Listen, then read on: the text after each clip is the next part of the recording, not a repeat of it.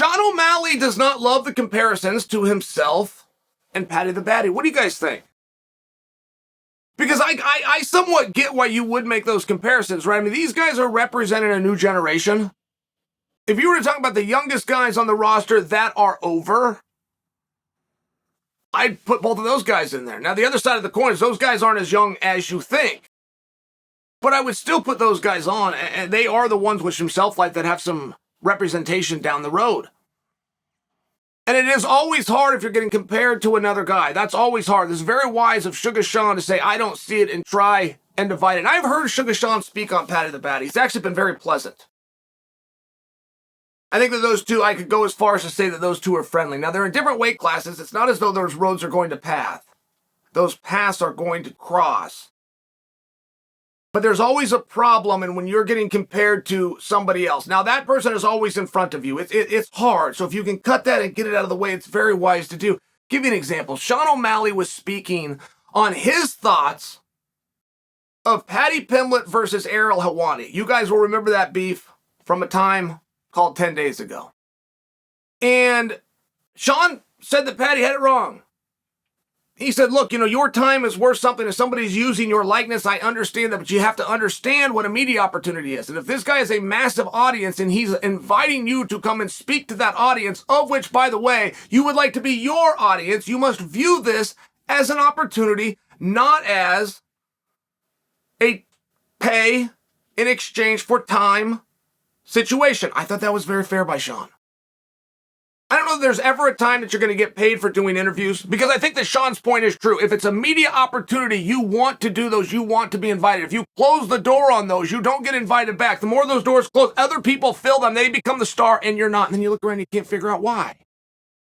The other side of it is, what if it isn't worth your time? What if the bang isn't worth your buck because the audience is so small? Well, if that's the situation, then that guy isn't going to have money to pay you anyway.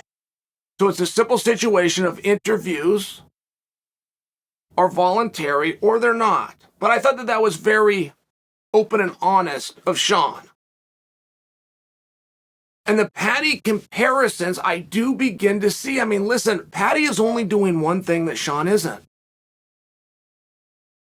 Paddy's getting out there and he's talking to you. I wanted to say he started a show. Paddy's got a podcast. So he's out there and he's staying busy and he's doing a good job of getting attention. The one difference between those two, it's the one thing that I've never seen anybody get over to the extent that Paddy's over without having this element, which is Paddy's not calling anybody out. I could narrow down a few guys that Sean is likely to fight next. I mean, just over the weekend, I heard Aljo talking Sean's name and I saw Henry Cejudo in a video call Sean out. But I don't see that for Paddy. And I would normally tell you it's a mistake. It's not. I'm making an observation now. It's working without Paddy doing it. Paddy doesn't challenge anybody. I have the foggiest idea what's next for Paddy. Paddy versus Gordon in a rematch. Boom. That works all day long. Set that aside and Paddy and moving on with his career. Okay, great. That works too. There was something with Paddy and Justin Gaethje, and at some point you're going to have to take that big leap. Paddy's been in there 20 times and he's not that young. That's false. So I'm just sharing with you, like, these all seem like good ideas, but none of them are sparked by Paddy. I've never seen a guy this over and the audience as enveloped in him who has yet to call for an opponent. We don't know with Paddy the Baddy if he wants to remain fighting guys who aren't ranked, but in good positions and getting good media and good opportunity and bringing people's interest in, and maybe I win and maybe he does, or if he wants to work his way up the ladder, if he wants to take a bigger risk, but then all of a sudden have a number 4 ranking. Continue to take risks, but all of a sudden have a number 1 ranking, be in title talks. We just don't know that. And that would be a very natural piece of the ingredient for any fighter that you're interested in. Now, I understand most fighters don't do that, but you're not interested in most fighters. There's 556 guys under contract. There's 50 events a year. So 100 athletes in the course of a calendar year will become main events. Just by the deduction, not even because you're interested. I'm sharing with you, most athletes don't tell you who they want to fight next. They don't have any hype, they don't have any interest, but most athletes also don't get over. Paddy's one of the rare ones who did, but doesn't have that. It's a big difference between he and Sean.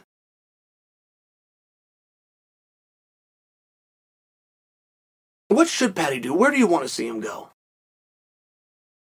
A very hard spot for me.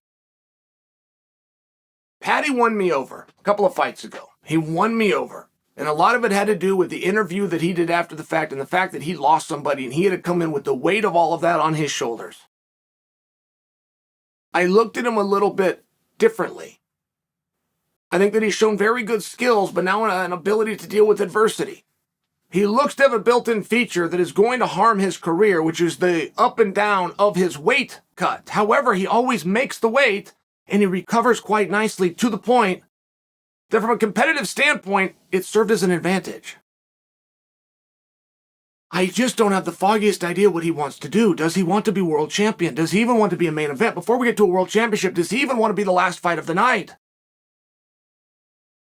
Does he have heat or does he have a problem? He got a major door opened to Dustin Poirier, but Paddy didn't walk through it. I apologize to Justin Gaethje, but he didn't walk through it. Should I gather that he doesn't want to go in that kind of direction? I don't know. That would be a bit of a leap for me. I don't hear him talking about anybody. I don't see him going in any direction. And he's doing a very good job, but he's not doing the job that Sean has done. Paddy is not ranked number one in the world. Sean is. Paddy's making a whole bunch of money. He's not making Sean's money. I think it's a fair comparison. I think it's an interesting one. I just think from a competitive architecture, I think that we're going in two different directions. It's very clear that Sean wants to be world champion. If Sean is not world champion, when this whole story is written, it will all be for naught, at least within his mind. If Paddy never gets close to a world title and never competes for one, and this whole story is written, it doesn't seem to be a letdown, at least not in his mind. Those are two very different things. I'm not giving Paddy a hard time. I normally would because the guy normally wouldn't be over. Paddy made it work by leaving that out. It still leaves me as the viewer. What direction are we going? What's next for Paddy? Okay, fine. We generally don't know for anybody, but we have 3 or 4. And we start bringing topics in and we start arguing about it. Then we get an announcement and part of us got our way and part of us didn't get our way. I have not got any idea what Paddy wants to do next, which is why I don't have any idea what Paddy is going to do next.